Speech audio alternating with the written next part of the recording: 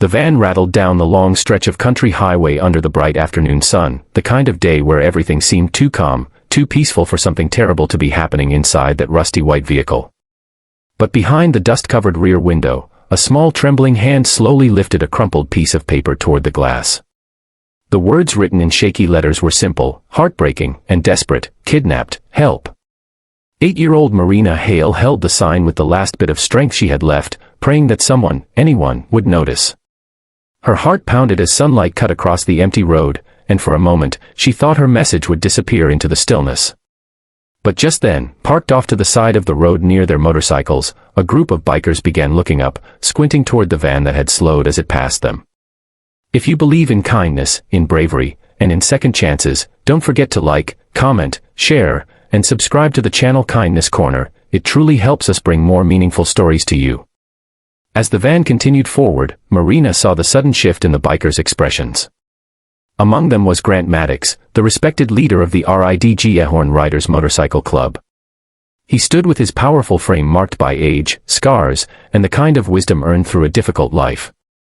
His salt and pepper beard caught the bright daylight as he stared at the rear of the van, trying to make sense of what he had just seen.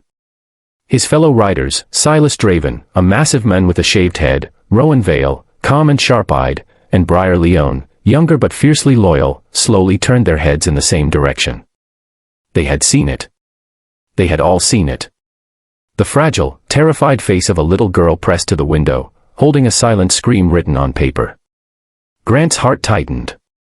He had seen fear before, had lived in a world where danger often hid behind forced smiles and quiet streets. But the fear in that child's eyes was something different, something that didn't give a man time to think, only time to act. The bikers exchanged only glances, but that was enough. Their helmets came on. Their boots hit the pavement.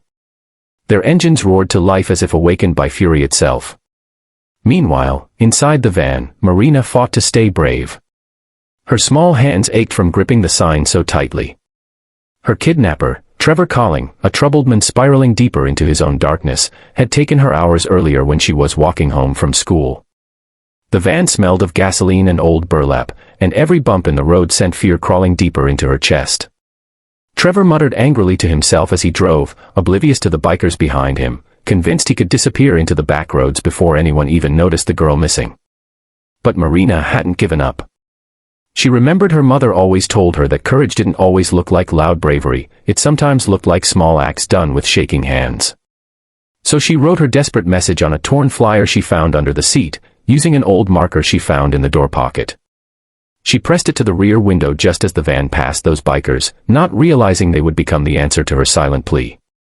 Within seconds, the bikers had taken formation. The midday sun glinted off the chrome of their motorcycles as they sped after the van. Grant rode in the lead, shoulders tense, mind focused. He didn't know who the girl was. He didn't know where she came from. But the fear he saw in her eyes sliced through every memory he had buried inside himself, the memories of times no one came for those who needed rescuing. Not again. Not today. The van jerked left then right as Trevor noticed motorcycles growing fast in his mirrors. Panic spread across his face. He pressed the accelerator, but the bikers were faster. Grant signaled his men silently, their movements practiced and precise. Rowan veered left to block traffic. Silas sped ahead on the right side to force the van closer to the shoulder.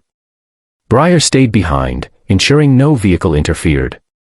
The highway stretched out endlessly, but the bikers were closing the distance with every second. Inside the van, Marina pressed her hands harder against the glass, new tears forming as she felt the vehicle speed up. She didn't know who these bikers were, whether they were safe or dangerous, but she saw them chasing, refusing to fall back. Something inside her whispered that hope was finally on her side. Grant pulled up close enough to see the van's back window clearly. When he saw Marina again, her scared face, her trembling hands, her teary eyes, it ignited something powerful in him. The world suddenly felt sharper, more urgent. The sun above, the wind, the road beneath his wheels, all of it narrowed into a single purpose: save the child. He motioned Silas. The massive biker accelerated, forcing the van closer to the side of the road. Trevor shouted in frustration, trying to control the vehicle, but his panic made him sloppy. Grant seized the moment. He revved hard, coming alongside the driver's window just long enough for Trevor to see the fury in his eyes. A warning without words. A promise that this was over. The van swerved again and finally skidded to a messy halt on the gravel shoulder. Dust clouded the air as the bikers braked hard, surrounding the vehicle from all sides. Grant jumped off his motorcycle before it fully stopped, his boots hitting the gravel as he moved toward the back door. Trevor scrambled out, attempting to run, but Silas caught him in seconds, pinning him to the ground with a resolute force. Grant reached the back door just as Marina stepped away from the window, her hands trembling, her breath shaking. When he opened the door, sunlight poured inside, bright and warm, in contrast to the dark fear she had lived in for hours. She hesitated for only a second before running straight into Grant's arms.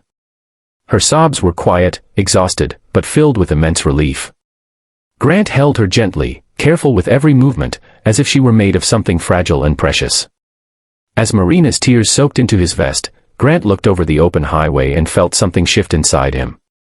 He had lived years believing the world was filled with too much darkness to fight, but holding this frightened child proved otherwise. Sometimes, one moment of courage, one cry for help, was enough to change everything. Hours later, when Marina was safely returned to her mother and Trevor was taken away by the authorities, the bikers stood together outside their clubhouse under the steady daylight. Grant watched the quiet road where they had chased the van earlier. He knew they were rough men, far from perfect, but today showed him that even the roughest souls carried light inside them, light that could save lives if they chose to use it. As the story of their rescue spread through town, people realized something powerful: kindness didn't always come from where you expected. Sometimes it roared across the asphalt on two wheels, wearing black leather and carrying a heart that refused to back down. If this story touched your heart, please like, share,